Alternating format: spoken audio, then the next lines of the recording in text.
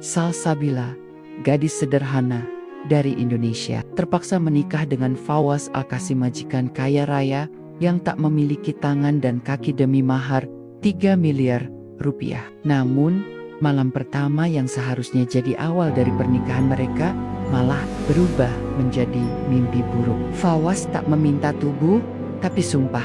Sumpah misterius yang terikat oleh perjanjian berdarah selama 25 tahun antara leluhur mereka sebelum cerita ini berlanjut. Jangan lupa untuk subscribe channel ini, aktifkan lonceng notifikasi, dan berikan dukungan dengan like, komentar, serta doanya untuk penonton lainnya, agar kita semua selalu dalam lindungan Tuhan. Dukungan kalian sangat berarti untuk kelanjutan kisah-kisah seperti ini. Ketika Salsabila berusaha menolak, ia menyadari bahwa dirinya telah masuk ke dalam pusaran takdir yang tak bisa dihindari. Ia bukan hanya istri Fawaz, tapi juga pewaris janji masa lalu yang menyimpan rahasia dan kutukan. Dalam keterpaksaan, muncul keikhlasan. Dalam misteri, muncul cinta. Namun, apakah cinta bisa tumbuh dari janji yang dipenuhi darah? Aku masih ingat betul wajah ibu waktu mengatakannya tenang. Seolah kalimat yang baru saja keluar dari mulutnya bukan sesuatu yang bisa mengubah seluruh hidupku. Kamu nikah sama Tuan Fawaz. Salsa, mahar dari beliau 3 miliar rupiah. Bisa kita pakai buat lunasin utang, beli rumah, dan hidup tenang. Aku menatapnya dengan mata membelalak, menunggu ia tertawa dan bilang, itu hanya gurauan. Tapi ibu hanya diam, tangannya terus mengaduk teh manis di cangkir plastik. Dan matanya menatap kosong keluar jendela apartemen tua kami di Riyadh. Bu, Tuan Fawaz itu? Aku menggigit bibir. Dia nggak punya tangan dan kaki, Bu. Dia boken, nggak pernah keluar kamar. Aku nggak tahu dia siapa. Ibu menoleh, matanya tajam. Justru karena dia cacat, dia butuh istri, dan dia pilih kamu. Apa kamu pikir orang kaya kita bisa nolak rezeki segede itu? 3 miliar, Salsa. 3 miliar? Nada. Suaranya meninggi. Aku terdiam. Aku tahu kami susah. Sejak datang ke Arab, ibu kerja banting tulang jadi pembantu di rumah majikan. Aku cuma lulusan SMA, bantu bersih-bersih. Kadang kalau majikan gak di rumah, kami sering makan nasi sama telur dadar. Kadang cuma mie instan. 3 miliar itu, wong, yang mustahil bisa kami lihat. Apalagi punya, tapi tetap saja menikah dengan pria asing yang bahkan tak pernah menunjukkan wajahnya. Fawaz Al-Qasim, pria kaya misterius itu, hanya kulihat sekilas dari jauh. Selalu duduk di kursi roda otomatis, selalu ditemani perawat dan pengawal. Katanya, dia mengalami kecelakaan hebat waktu muda. Dan sejak itu, dia seperti mengurung diri. Ini bukan tentang cinta, Salsa. Ini tentang masa depan kita. Beliau nggak akan menyakitimu. Dia baik. Selama ini juga ibu kerja buat dia, nggak pernah macam-macam. Kamu cuma harus jadi istrinya secara sah. Aku menelan ludah. Hatiku berdebar keras. Otakku masih sulit mencerna semua ini. Tapi ketika ibu memberikan amplop berisi lembaran transfer down payment 100 juta rupiah, pertama aku tahu, tak ada jalan kembali. 3 hari kemudian, aku mengenakan gaun putih sederhana, rambut disanggul seadanya, dan bibir dipulas tipis. Tak ada pesta. Hanya akad nikah sederhana di ruang keluarga yang megah. Wajah Fawaz tak terlihat dia di kamarnya. Dengan seorang syekh dan saksi, aku hanya membaca ijab kabul di balik tirai, dengan suara pelan dan jantung berdebar-debar. Semuanya terjadi begitu cepat. Setelah akad, ibu memelukku. Maafin ibu ya, Salsa. Kamu anak baik. Nanti kamu akan mengerti. Entah apa maksud kalimat. Tapi pelukannya terasa dingin. Seolah ibu tahu, dia sedang menyerahkanku pada dunia yang tak ia pahami sepenuhnya. Malam itu, aku berdiri di depan pintu besar kamar utama. Kamar Fawaz? Rasanya seperti berdiri di ambang jurang. Tanganku gemetar saat perawat membukakan pintu dan berkata dengan suara rendah, "Silakan masuk, Nyonya Fawaz." Aku menelan ludah. Langkahku terasa berat, tapi aku masuk juga. Ruangan itu gelap dan sunyi. Hanya diterangi cahaya lampu tidur. Wangi dupa melayang samar di udara, membuat bulu kuduku meremang. Di tengah ruangan, di atas tempat tidur berkanopi mewah, duduk seorang pria dengan selimut menutupi tubuhnya sampai ke dada. Rambutnya hitam sebau, wajahnya tirus dengan mata yang tajam tapi redup.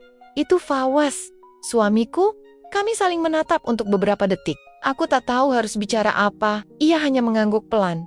Duduklah Salsabila, katanya dengan suara berat dan dalam. Bahasa Indonesianya cukup lancar, meski agak kaku, aku menurut. Duduk di kursi kayu di dekat tempat tidur. Nafasku karuan, kamu takut?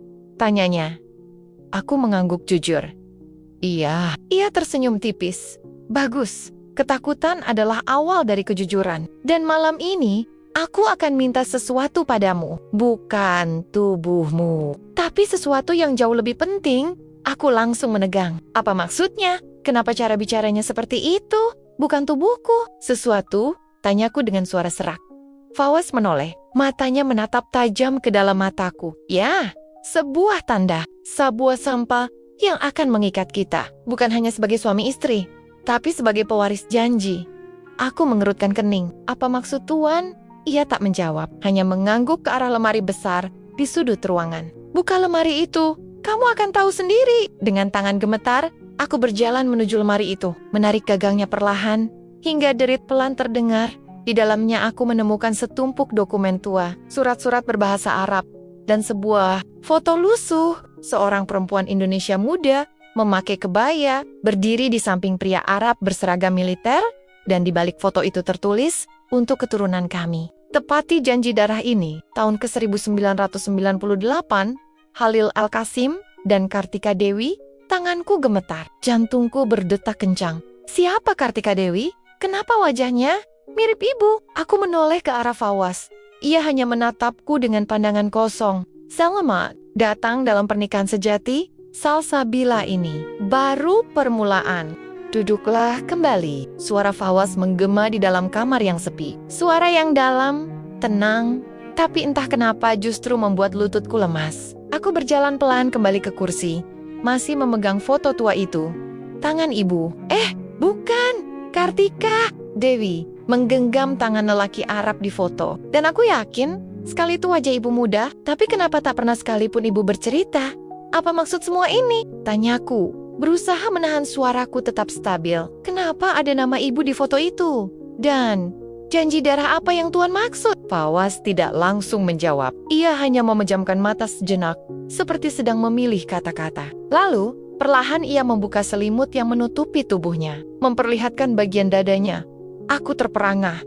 Di tengah dadanya, ada luka berbentuk lambang seperti bulan sabit dan garis melingkar, terlihat seperti bekas terbakar, tapi anehnya bersinar. Samar seolah-olah hidup. Kulit di sekitar bekas itu menghitam, tapi tak terlihat menyakitkan. Justru ada aura aneh yang menekan. Sumpah darah, gumamnya. Luka ini bukan karena kecelakaan, ini warisan. Aku menggeleng, tidak mengerti. Fawaz menghela napas. 25 tahun lalu, ayahku diselamatkan oleh seorang lelaki Indonesia dari keluarga sederhana. Nama lelaki itu Sumarto, kakekmu. Mereka bertemu saat perang di perbatasan, ayahku luka parah, dan Sumarto menolongnya. Sebagai balas budi, ayahku menawarkan apapun, tapi Sumarto tidak meminta uang. Ia meminta janji bahwa keturunan mereka akan dipersatukan. Karena kata Sumarto, balas budi sejati hanya bisa ditanam dalam darah, bukan dalam harta. Fawaz menatapku lekat-lekat. Dan hari ini, akulah pewaris dari janji itu, dan kamu adalah penebusnya. Darahku terasa mengalir lebih cepat. Tanganku mulai dingin. Tapi, ibu tak pernah bilang apa-apa soal ini, karena ibumu mencoba kabur dari janji itu. Jawab Fawaz tenang. Ia pergi dari Arab, sembunyi di Indonesia, tapi takdir tetap menariknya kembali. Dan ketika kamu ikut bersamanya kemari, janji itu bangkit lagi. Aku menunduk, napasku tersengal. Rasanya aku ingin lari, tapi kemana? Fawaz melanjutkan, malam ini, sebelum kamu benar-benar menjadi istriku, kamu harus menandatangani perjanjian, kontrak darah, sebagai tanda bahwa kamu menerima sumpah yang diwariskan oleh Sumarto dan Kartika. Dewi, jika kamu menolak, suara Fawaz menggantung. Tapi matanya menatapku tajam. Dalam diamnya, aku tahu penolakan itu bukan tanpa risiko. Apa maksud Tuan dengan kontrak darah? Tanyaku pelan. Bukan hal mistis seperti yang kamu pikirkan, tapi ini janji tertulis dan disaksikan oleh ikatan darah. Tak semua orang percaya, tapi keluargaku menjaga tradisi ini selama ratusan tahun. Dan karena kamu adalah bagian dari warisan ini, kamu tak bisa pergi begitu saja. Aku berdiri dari kursi. Saya tidak pernah meminta menikah Karena janji tua aneh itu, Fawaz terdiam. Tatapannya berubah sendu. Saya cuma gadis biasa. Saya menikah karena ibu memaksa.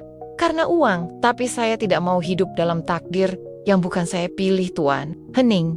Lalu, Fawaz menundukkan kepala. Aku tahu, katanya, pelan, dan justru karena itulah, aku tidak akan memaksamu. Tapi kamu harus tahu, jika kamu pergi sekarang, bukan hanya kamu yang akan menanggung akibatnya. Jantungku berdetak keras. Apa maksudnya? Tiba-tiba, pintu kamar terbuka. Seorang pria Arab berjas hitam masuk. Wajahnya kaku, tubuhnya tegap. Ia membawa map hitam dan sekantong kecil kain bludru merah.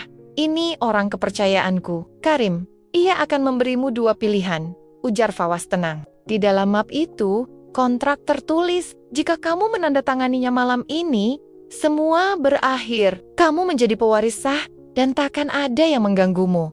Tapi, jika kamu menolak, Karim akan memberimu surat pernyataan pelepasan. Aku mengangguk cepat. Saya pilih surat pelepasan. Fawaz tersenyum. Tapi senyumnya tidak seperti sebelumnya. Senyum itu aneh. Seolah ia tahu sesuatu yang tidak aku tahu. Aku kagum pada keberanianmu, katanya. Tapi, buka surat itu dulu. Tanganku gemetar saat mengambil amplop putih yang diberikan Karim. Kubuka, dan mataku langsung membaca kalimat pertama. Dengan ini, pewaris sah Kartika Dewi, yaitu Salsabila Sumarto, menyatakan melepas seluruh tanggung jawab warisan janji, maka segala kutukan dan beban waris akan dibebankan kepada orang tua pewaris. Aku membeku, tanganku bergetar hebat. Apa ini? Lelucon? Tanyaku nyaris berbisik. Fawaz menggeleng pelan. Tidak. Jika kamu tidak menandatangani kontrak, maka ibu kandungmu, Kartika Dewi, yang akan menanggung akibatnya. Luka di tubuhnya akan bangkit. Dia akan merasakan penderitaan yang seharusnya kamu pikul. Aku menjatuhkan surat itu. Kakiku lemas. Ini gila. Fawaz menatapku dengan tatapan yang sulit dijelaskan. Antara iba dan dingin. Jadi, Salsabila, pilihan ada di tanganmu. Tanda tangani kontraknya, atau lihat ibumu dihantui janji yang ia coba hindari selama 25 tahun. Aku menunduk. Air mata mulai jatuh. Aku tidak tahu harus bagaimana. Aku tidak percaya hal mistis. Tapi semua ini terasa begitu nyata. Terlalu nyata untuk diabaikan. Dan yang lebih membuatku hancur. Aku sadar. Mungkin selama ini ibu menyembunyikan segalanya karena ia takut. Bukan demi uang, tapi demi menyelamatkanku. Tanganku terangkat. Perlahan mengambil pulpen dari tangan Karim. Air mata terus menetes. Lembar perjanjian terbuka di hadapanku. Dengan gemetar, aku menulis Salsabila Sumarto Al-Qasim. Tertanda, malam. Ini. Dan saat ku teteskan darah dari ujung jari lilin-lilin di dalam kamar tiba-tiba, padam satu persatu. Suasana kamar menjadi gelap total saat lilin-lilin padam secara bersamaan. Hanya ada cahaya remang dari bulan yang menembus jendela besar di belakang ranjang Fawaz. Hening, sunyi, bahkan suara napasku sendiri terdengar seperti gemuruh di telinga. Tiba-tiba, dari ujung kamar, ku dengar suara lembut. Seperti bisikan, "Terima kasih, akhirnya kau datang juga, Salsabila." Aku menoleh cepat ke segala arah. Panik. Tuan Fawaz, siapa yang bicara? Fawaz tak menjawab. Matanya tertutup, dan tubuhnya diam, seolah sedang dalam keadaan trans. Luka di dadanya kini bersinar terang, membentuk pola rumit seperti simbol kuno yang berdenyut perlahan. Aku menjerit pelan, melangkah mundur. Tapi Karim, pria bertubuh tegap itu tiba-tiba berkata tenang, "Jangan takut, ini bagian dari peralihan." Sumpah, apa maksudmu peralihan sumpah? Aku pikir semuanya selesai setelah aku tanda tangan. Karim menatapku dengan tatapan tajam, tapi bukan marah, lebih ke belas kasih. Janji darah tidak sekadar tanda tangan. Tuan Fawaz adalah penjaga terakhir dari sumpah tua keluarga Al-Qasim. Dan kamu, Nona, adalah penerus darah yang mengikat mereka. Setelah kamu menerima sumpah, bagian dari beban spiritual itu akan berpindah padamu. Seketika tubuhku terasa panas, leherku gatal. Lalu, seperti ada bara kecil menyala di dadaku. Aku membuka kancing atas gaun tidurku, dan melihat sebuah bekas luka mulai terbentuk. Sama persis dengan luka di dada Fawaz. Aku terjatuh di lantai, terisak, tubuh gemetar. Apa ini? Kenapa aku harus menerima semua ini? Kenapa harus aku? Dari ranjangnya, Fawaz membuka mata. Tatapannya kini jauh lebih tenang. Bahkan hangat. Kamu tahu, katanya pelan. Aku juga dulu bertanya hal yang sama. Kenapa harus aku yang kehilangan kaki dan tangan karena kutukan ini? Kenapa harus aku yang hidup terkurung dalam rumah mewah tapi kesepian? Karena tubuh ini tak bisa menyentuh siapapun? Aku terdiam. Nafasku mulai melambat, tapi air mataku masih mengalir. Fawaz menatapku penuh luka. Aku bukan pria sempurna, Salsa. Bahkan mungkin di mata dunia, aku cacat, tapi aku tidak butuh tubuhmu. Aku hanya butuh seseorang yang bisa melihatku. Bukan dari apa yang hilang, tapi dari apa yang masih ada. Untuk pertama kalinya sejak kami menikah, aku menatap Fawaz dengan mata yang berbeda. Di balik ketegasannya, di balik ritual dan kutukan itu, dia adalah manusia. Pria yang terpenjara oleh warisan masa lalu. Sama sepertiku, sama-sama tak punya pilihan. Perlahan, aku bangkit, duduk kembali di kursi di sampingnya. Dan untuk pertama kali juga, aku menggenggam lengannya atau lebih tepatnya, bagian lengan palsu yang tertutup jubah sutra. Aku nggak janji bisa cinta sekarang, bisikku lirih. Tapi aku janji akan berusaha memahami semuanya, mulai dari kamu. Saya janji aneh yang menyeret hidupku ini. Fawaz tersenyum, tapi kali ini senyumnya tidak menyeramkan. Justru membuat dadaku terasa hangat. Cukup. Itu lebih dari cukup. Hari-hari berikutnya seperti hidup dalam dunia baru. Rumah megah keluarga Al-Qasim tidak lagi terasa dingin. Pia White mulai membiarkanku masuk ke dunianya, ke perpustakaan pribadi. Ruang kerja rahasia tempat ia menulis jurnal.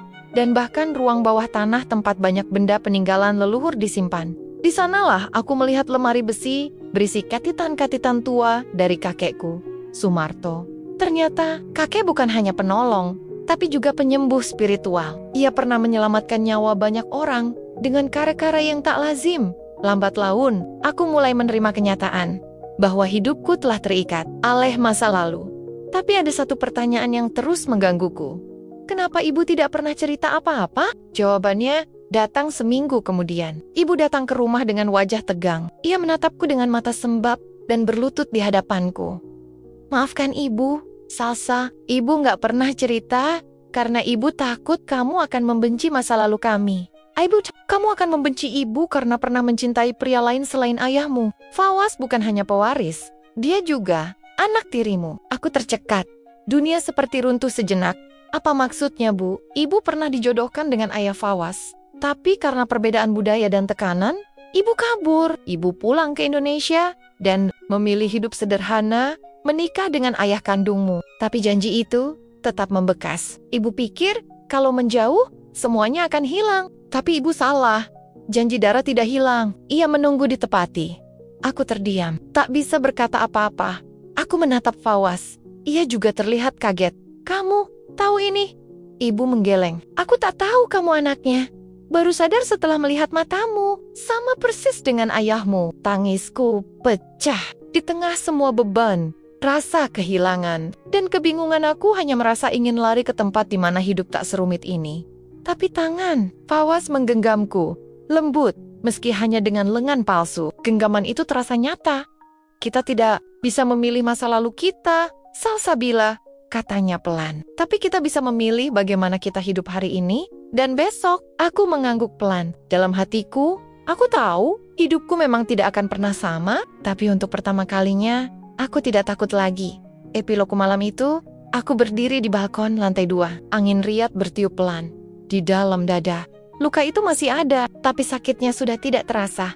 Di balik kaca jendela, Fawaz duduk di kursi. Rodanya menulis jurnal. Sesekali ia menoleh ke arahku dan tersenyum.